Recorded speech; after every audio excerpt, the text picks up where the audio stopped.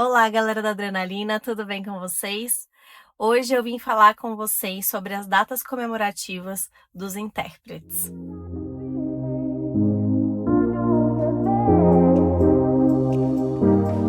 Antes de entrar no tema desse vídeo, eu gostaria de falar para vocês novamente, lembrá-los que semana que vem nós teremos a nossa Black Friday no dia 29 de novembro, então já salvem aí a data se vocês ainda não salvaram, porque vamos ter uma super promoção, como todos os anos nós fazemos, então esse ano não seria diferente, né? E também gostaria de lembrá-los que vamos ter uma live onde vamos ter aquela live temática, né? E aí eu vou explicar um pouquinho mais sobre o curso, para vocês entenderem um pouco melhor como funcionam os bônus, como funciona o curso no geral, a estrutura que ele está formatado nesse momento.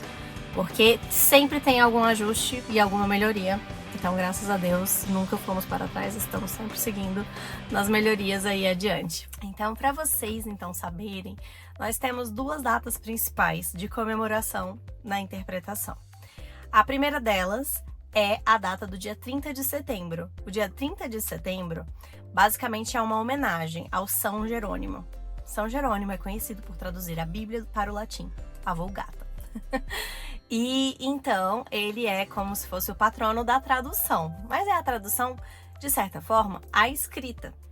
E a gente precisava de um dia para marcar a interpretação simultânea, que é mais conhecida como tradução simultânea, porque a interpretação consecutiva sempre foi feita durante todos os anos que existem vários idiomas e pessoas se comunicando em países diferentes, inclusive no Egito, Grécia, todos os locais onde se houve comércio em diversos países. Então, sempre os intérpretes existiram, só que fazendo interpretação consecutiva, como inclusive eu mostrei no meu Instagram 2 exemplos ali de seriados e filmes que tinham um intérprete consecutivo, falando simultâneo, fazendo uma interpretação consecutiva ali, porque ela é a modalidade da interpretação que não precisa de equipamento. No geral, ela é utilizada em contextos de negociação e para fazer uma intermediação curta. Quando são eventos mais longos, de longa duração, é muito cansativo utilizar a consecutiva. Não quer dizer que nunca foi usada várias vezes, mas não é o ideal, não é geralmente o que se aconselha. Porque existe e começou justamente no dia 20 de novembro, com a criação da AIC, justamente esse marco da interpretação simultânea que tinha sido justamente nesse âmbito da criação da AIC, foram feitos os primeiros testes da interpretação simultânea e com sucesso, porque no julgamento de Nuremberg nós tivemos a interpretação simultânea pela primeira vez de 4 idiomas, que foram eles: o russo, o alemão, o francês e o inglês. E esses 4 idiomas foram interpretados por conta desse julgamento que aconteceu em relação aos crimes cometidos pelos nazistas, né?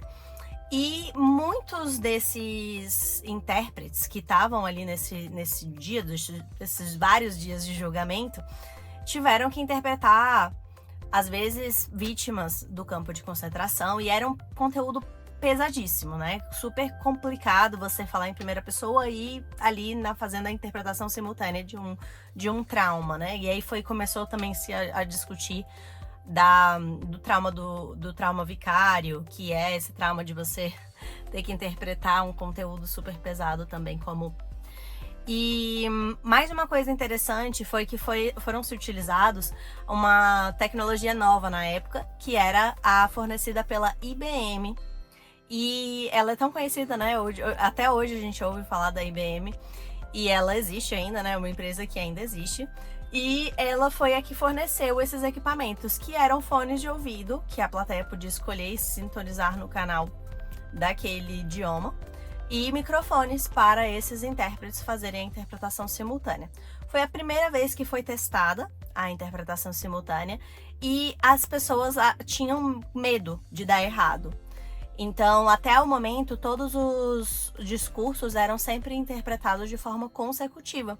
Só que para fazer esse julgamento, como ele era muito extenso, envolvia muitas pessoas, muitas línguas ao mesmo tempo, se ele fosse feito de forma consecutiva, ia demorar o dobro do tempo, se não ainda mais. Então, como na consecutiva, para lembrar vocês, né, nós temos que falar, o orador fala, depois ele pausa, e depois o intérprete tem que falar, e depois ele tem que pausar, e aí a pessoa fala novamente, pausa, o intérprete fala, pausa, e tem sempre esse ir e vir ali, demora muito mais tempo. Então, isso realmente era impossível de ser feito para um julgamento tão extenso. Então, o papel dos intérpretes foi crucial. E houve uma exposição incrível no ano passado, em março, que eu acabei não trazendo aqui para vocês no YouTube, mas eu trouxe lá no Instagram, nos meus stories, eu postei os vídeos que teve um tour guiado lá durante a exposição, onde eles mostravam a história dos intérpretes do julgamento de Nuremberg. E foi muito interessante porque a gente não sabia muito desse outro lado, né?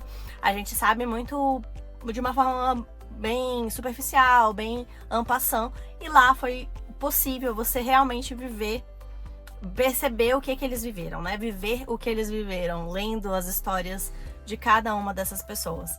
E era uma alta pressão, obviamente, porque eles precisavam fazer a interpretação simultânea com termos precisos, técnicos, jurídicos e emocionais, né? Então essa carga emocional, como eu já havia dito, realmente era muito complicada, porque muitos deles eram, às vezes, familiares dessas vítimas, ou pessoas mesmo relacionadas com tudo que aconteceu, né?